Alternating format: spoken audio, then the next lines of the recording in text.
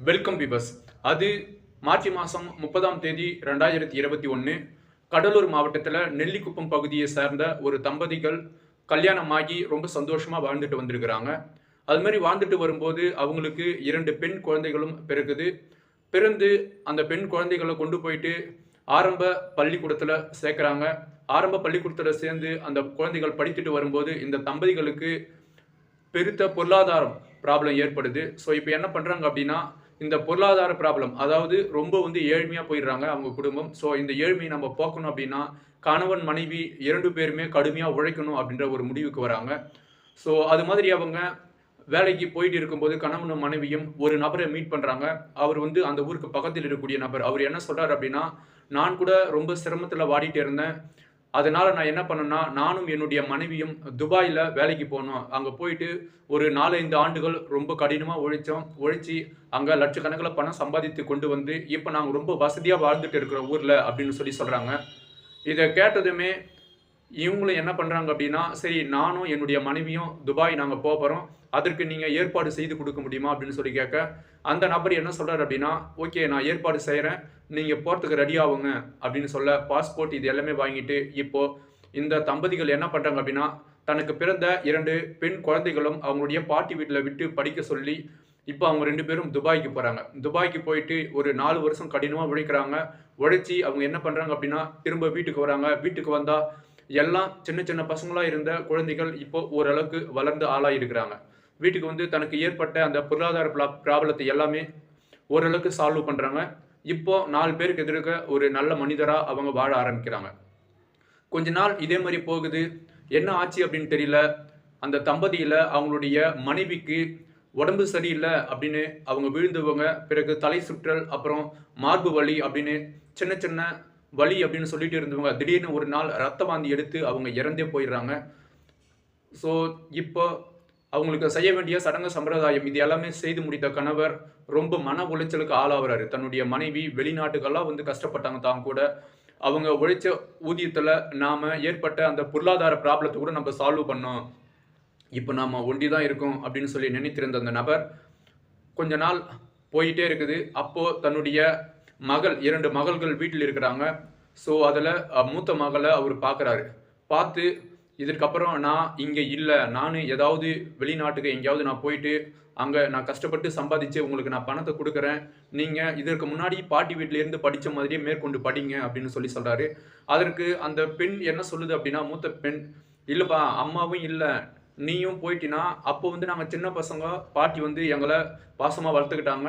இப்பயும் பாட்டி பாசமா என்ன வளர்க்க தான் வளர்க்குறாங்க. இருந்தாலும் பாட்டிக்கு வயசாயிடுச்சு. இதுக்கப்புறம் நாங்க ஒரு வயசு பொண்ணுங்களா இருக்கிறோம். ஆகையினால நீங்க என் கூட இருந்து எங்கள பாதுகாப்பா நீ பார்த்துக்கணும்." அப்படின்னு அந்த மூத்த மகள் சொல்றாங்க. ஸோ இத கேட்டு அவங்களுடைய அப்பா என்ன பண்றாரு அப்படின்னா, "சரி ஓகே. உங்களுக்கு நான் பாதுகாப்பாவே இருக்கிறேன்." அப்படின்னு சொல்லி, இங்க கடலூர்லயே ஒரு சில வேலைகள் செய்து பிழைக்கலாம் அப்படின்னு ஒரு முடிவெடுக்கிறாரு. அது மாரி முடிவெடுக்கிறதுல அவர் என்ன நினைக்கிறாருன்னா, பிரியாணி கடை போட்டா நாம எப்படியாவது இந்த பொருளாதாரத்துல கொஞ்சம் வளர முடியும் அப்படின்ற ஒரு முடிவு எடுத்து அவரு பிரியாணி கடை போட ஆரம்பிக்கிறாரு. கொஞ்ச நாள் போகுது. அப்போ என்ன பண்றாரு அப்படின்னா, சனி, ஞாயிறு 2 நாள் லீவு. அப்போ தன் வீட்ல 2 மகள்களும் இருக்கிறாங்க. ஸோ அது மாரி இருக்க, சின்ன மகள் என்ன பண்றாங்க அப்படின்னா, தன்னுடைய பாட்டி வீட்டுக்கு போறேன்னு சொல்லிட்டு போயிடுறாங்க. மூத்த மகள் மட்டும் தான் வீட்ல இருக்கிறாங்க. ஸோ அது மாரி இருக்கும்போது இவரு என்ன பண்றாரு அப்படின்னா, பிரியாணி கடை போடாம அன்னைக்கு ஃபுல்லா ட்ரிங்கிங் பண்ணிட்டு வீட்லயே இருக்கிறாரு. ஸோ அப்போ தன்னுடைய மகள் வீட்ல தனிமையா இருக்கிறத பார்த்து, தன்னுடைய மகள் என்ன பண்றாங்க அப்படின்னா, வீட்ல தூங்கிட்டு இருக்கிறாங்க. தூங்கிட்டு இருக்கும்போது அவங்களுடைய ட்ரெஸ் ஆனது கொஞ்சம் விலகி இருக்கு.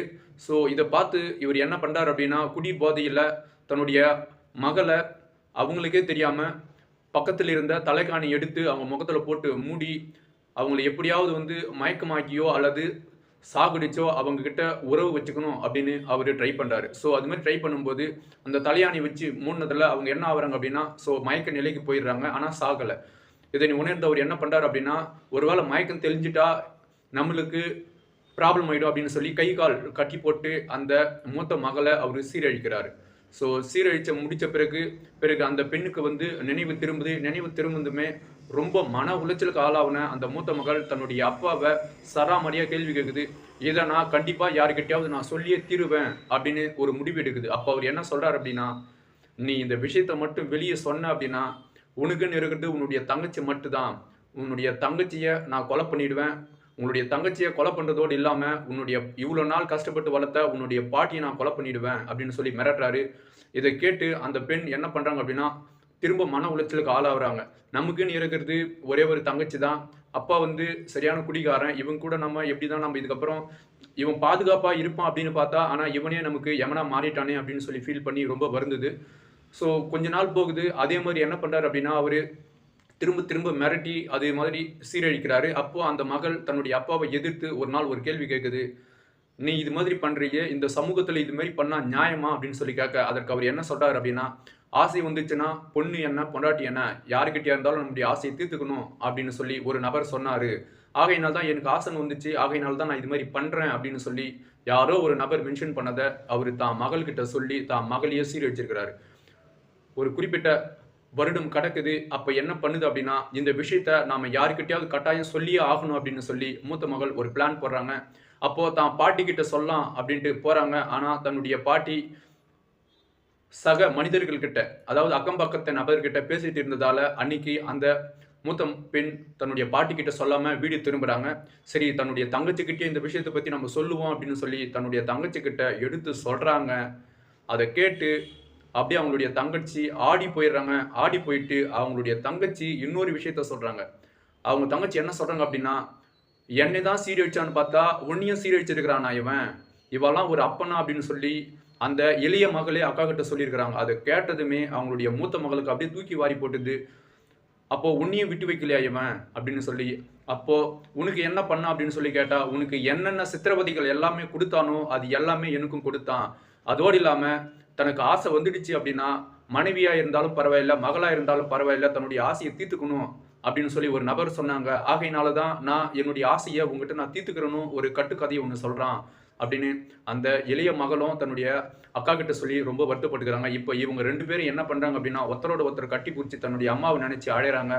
ஸோ இப்போ அந்த பிரியாணி போடக்கூடிய அந்த அவங்களுடைய அப்பா என்ன பண்றாரு அப்படின்னா, திரும்ப திரும்ப இவங்க 2 பேரையும் எப்படியாவது வந்து தன்னுடைய ஆசையை போக்கிக்கணும் அப்படின்ற ஒரு எண்ணத்திலேயே ரொம்ப வந்து சீரழிக்க ஆரம்பிக்கிறாரு. அப்போதான் ஒரு கட்டத்தில் இவங்க 2 பேரும் துணிஞ்சு நிற்கிறாங்க.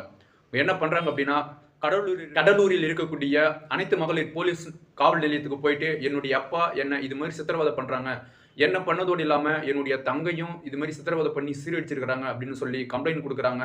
உடனே போலீஸ் என்ன பண்றாங்க அப்படின்னா, இந்த நபரை அந்த பிரியாணி கடை நபரை போயிட்டு தேடி கண்டுபிடிச்சி அவங்கள கைது பண்ணி கொண்டு வராங்க. கைது பண்ணி கொண்டு வந்து அனைத்து மகளிர் காவல் நிலையத்தில் வச்சு அவங்களை விசாரணை மேற்கொள்ளும் போது, தொடக்கத்தில் எனக்கு எதுவும் தெரியாது அப்படின்னு சொன்ன நபர் அந்த மகளிர் போலீஸ் அவரை போட்டு நவுத்துல அவர் என்ன பண்றாரு அப்படின்னா, ஒரு கட்டத்துல உண்மையை சொல்ல ஆரம்பிக்கிறார். ஆமா, நான் தான் என்னுடைய மகளை கடந்த 2 ஆண்டுகளா சீரழிச்சேன் அப்படின்னு சொல்ல. ஸோ ஒரு மகள் மட்டும் இல்ல, 2 மகளையுமே நான் சீரழிச்சேன் அப்படின்னு அந்த மனித மிருகம் சொல்லியிருக்குது. இதை கேட்டதுமே அங்க இருந்த அந்த பெண் போலீஸ் அப்படியே ஆடி போயிட்டு இருக்கிறாங்க. உனக்கு இது மாதிரி சீரழிக்க கொஞ்சம் கூட மனசாட்சியே இல்லையா? இது மாதிரி பண்ணிருக்கிறியே, உனக்கு இது மாதிரி சீரழிக்க யாரு சொல்லி கொடுத்தா அப்படின்னு சொல்லி கேட்க, அப்போ அவர் அந்த ஒரு டைலாக் சொல்லுவார் இல்லையா? என்ன டைலாக் உங்களுக்கே தெரியும் தானே? ஆசன் வந்துட்டா மனைவியா இருந்தாலும் பரவாயில்ல, மகளா இருந்தாலும் பரவாயில்ல, போக்கிக்கணும்னு ஒரு நபர் சொன்னாங்கன்னு ஒரு டைலாக் சொல்லுவார் இல்லையா? அந்த டைலாக்கை திரும்ப சொல்லியிருக்கிறாங்க. இதனால கடுப்பாவன பெண் போலீஸ் என்ன பண்றாங்கன்னா, அவரை சராமரியா அடிக்கிறாங்க. அவர்கிட்ட இருந்த வாக்குமூலம் இது எல்லாமே கலெக்ட் பண்ணி, ஸோ மகளிர் போக்ஸ்கோ சட்டத்தின் கீழ் விசாரிக்கக்கூடிய நீதிமன்றத்துக்கு கொண்டு போயிட்டு இவர் ஆஜர்படுத்துறாங்க. ஆஜர்படுத்தல அங்க நீதிபதி கிட்ட இங்க நடந்தது எல்லாமே அவர் எடுத்து சொல்றாரு.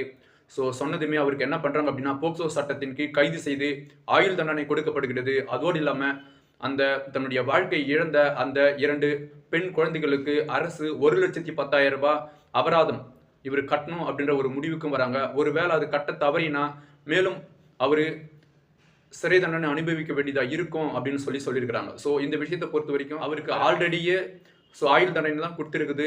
இது மாதிரி ஆயுள் தண்டனை கொடுத்தா அவர் கட்டாயம் அந்த 1,10,000 கட்டி ஆகணும் அப்படின்றது தான் சட்ட விதி. ஓகே நண்பர்களே, இன்னைக்கு இந்த வீடியோவில் தான் பெற்ற 2 மகள்கிட்டையுமே ஒருவருக்கு தான் பெற்ற 2 மகள்கிட்டையுமே ஒருத்தருக்கு தெரியாத இன்னொருத்தரை சீரழிச்சு, அதே மாதிரி இன்னொருத்தருக்கு தெரியாத இன்னொருத்தரை சீரழிச்சு, ஸோ இது மாதிரி அக்கா தங்கச்சி 2 பேருமே சீரழிச்சிருக்கிறாங்க. அதுவும் யாரால் அப்படின்னா, பாதுகாப்பாக இருக்க வேண்டிய தன்னுடைய அப்பாவாளி அப்படின்னு நினைக்கும் போது தான் மனசு ரொம்ப வருத்தமாக இருக்கு. இந்த சமூகம் எதை நோக்கி போய் கொண்டிருக்கிறது அப்படின்னே தெரியல. ஆனால் இந்த விஷயம் 2021 நடந்தது.